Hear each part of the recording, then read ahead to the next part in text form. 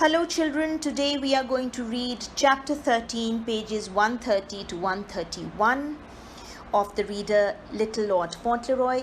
Before we begin, I will give you a recap of the previous lesson.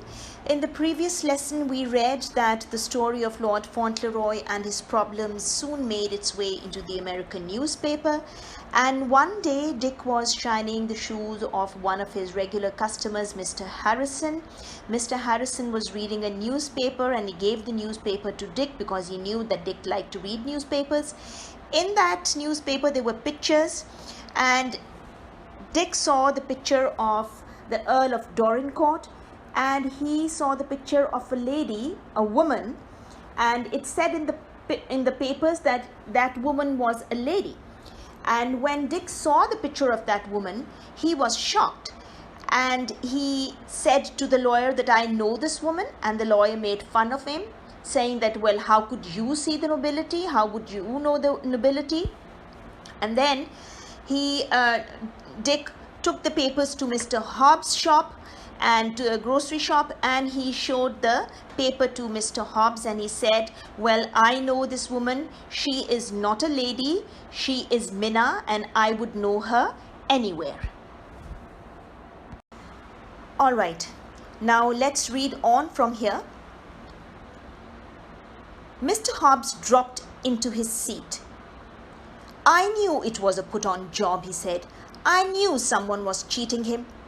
Dick and Mr. Hobbs looked at each other, trying to figure out what to do. Then Dick had an idea. Say, he said, that feller who gave me the paper, he's a lawyer. Wouldn't you say that's what we need now, a lawyer, to prove she isn't who she says she is? Mr. Hobbs was impressed. That's so, he exclaimed. This here calls for lawyers. And so Mr. Hobbs closed up his shop and marched with Dick to the office where the lawyer, Mr. Harrison, worked.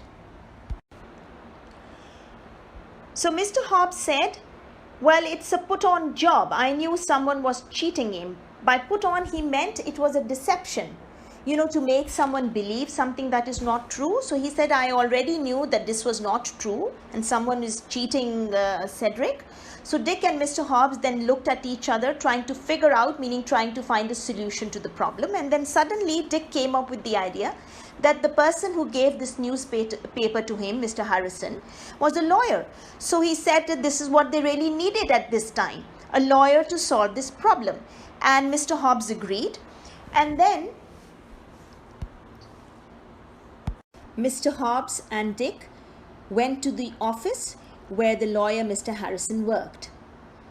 Mr. Harrison believed Dick to be an honest kid, but if he had not been a new lawyer, hungry to start his career, he may have laughed at the boy and told him to leave. But Mr. Harrison had nothing to lose and everything to gain. All right, now I will explain this paragraph to you. Mr. Harrison, you see, was a new lawyer. He did not have an established law firm. He did not have an established business. So he needed work to get his business going. If he had been an established lawyer, he would not have paid any attention to what Dick had told him. But he decided to help Dick and Mr. Hobbs because he had nothing to lose, meaning if he lost the case, then it would not have had any negative effect on his work because he already doesn't have a running business. And if he won the case, then he would become very famous. Well, he said, no harm can be done by looking into it. There have already been questions about the child. The woman's story keeps changing. The first people to write to are Dick's brother and the Earl of Dorincourt's lawyer. Before the sun went down that day, 2 letters had been written and sent in 2 different directions. One was speeding to England, the other was on a train headed for California. The first was addressed to T. Havisham Esquire and the second to Benjamin Tipton. All right, so it says that before the sun went down, meaning before it was dark, 2 letters were written. One was sent to England and it was addressed to Mr. Havisham, who was the Earl's lawyer. The other one was sent to California, and it was addressed to Benjamin Tipton, who was Dick's brother. Now there's a sentence here that says the other was on a train headed for California. On a train headed for California, because in those days there were no aeroplanes, so all the post was sent by train, not by air like it is done now. So this is the end of chapter 13. I hope you enjoyed reading it with me. Now at the end of the lesson, I have a few questions for you. Question number 1 is, what is the name of Earl of Dorincourt's lawyer?